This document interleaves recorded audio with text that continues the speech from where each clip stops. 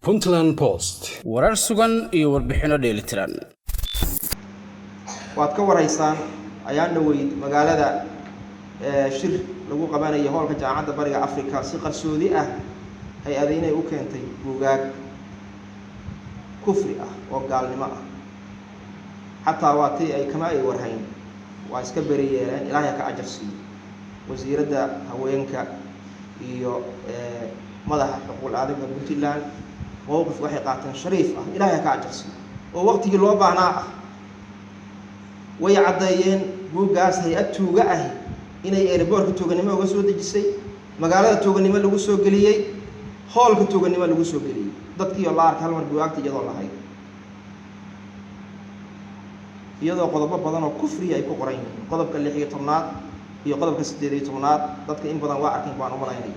qodobna lagu burburinayo guurkii islaamka oo leeyahay ninka iyo naagtu waa u siman yihiin haday noqoto aqdiga hore naagtu wax la waxay doontay guursan ka dhaa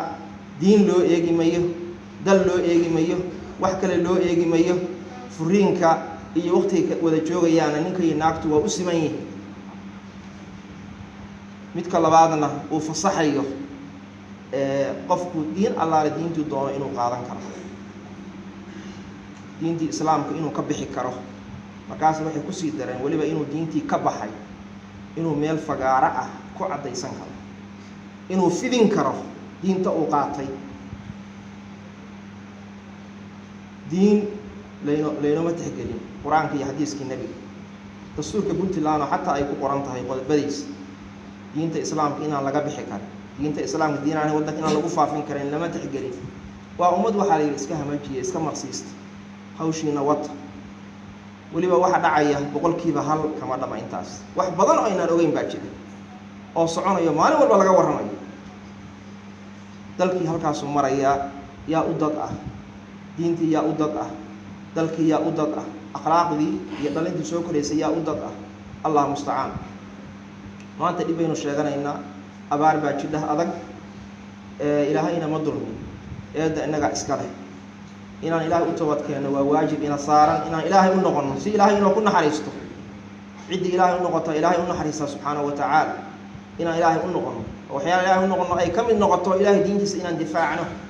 dadkeena iyo dalkeena inaan ilaashano dhaqaale qofkii ku ilaalin kara qowl qofkii ku ilaalin kara maanta waxa loogu baahi badan yahay waa qowl dawladda inay hadasho sida hadda ay xubnaha shalay u hadleen ilaahay ka ajarso mowqif shariif ah oo wadankeena aan soo marin bay qaatay waxaas waa diin la'aan waa khaldan tahay ma aanan ogeyn raali kama ahayn wixii soo galiyana waa khaldanaaye yaa ku dhiiran kara maanta waa yari cid ma samaysta inay ku dhiirato ay tiraahdo hebel waa khaldan tahay waxay wadanka keentay hanna la ka qabto saasoo kale loogu baahan yahay dawladdu inay hadasho wixii qalad ka hadasho baarlamaanku inuu ka hadlo wixii qalad waana ka hadla baarlamaanka Puntland ilaahay ka ajarsi wax badan oo shuruuca oo faasidii hor istaagay maalin walba sharci baad ilaa hoosta laga soo geliya waa tuura ama waa toosin intii toosin karaan wax badan bay qabtay laakiin waxaan rabnaa meeshii in laga sii wado cid walba ganacsatadii laftigeeda waa hurdaan dumarkii waa hurdaan iyaga waxa weeye xaalkooda Allah sah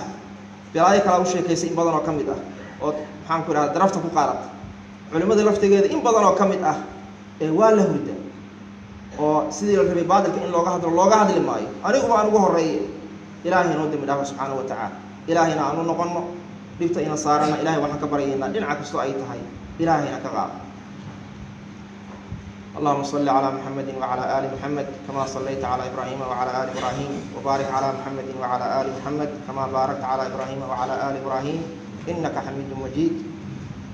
اللهم ربنا آتنا في الدنيا حسنة وفي الآخرة حسنة وقنا عذاب النار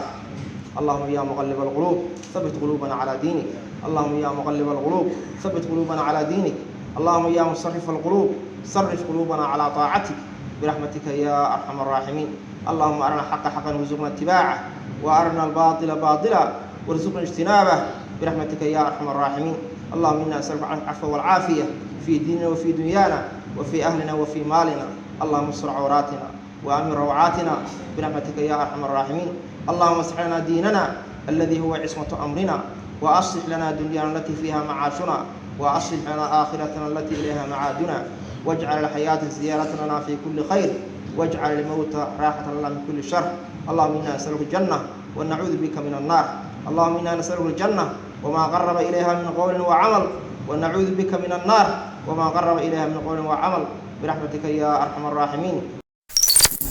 Puntland Post. warar sugan iyo warbixino dheelitiran.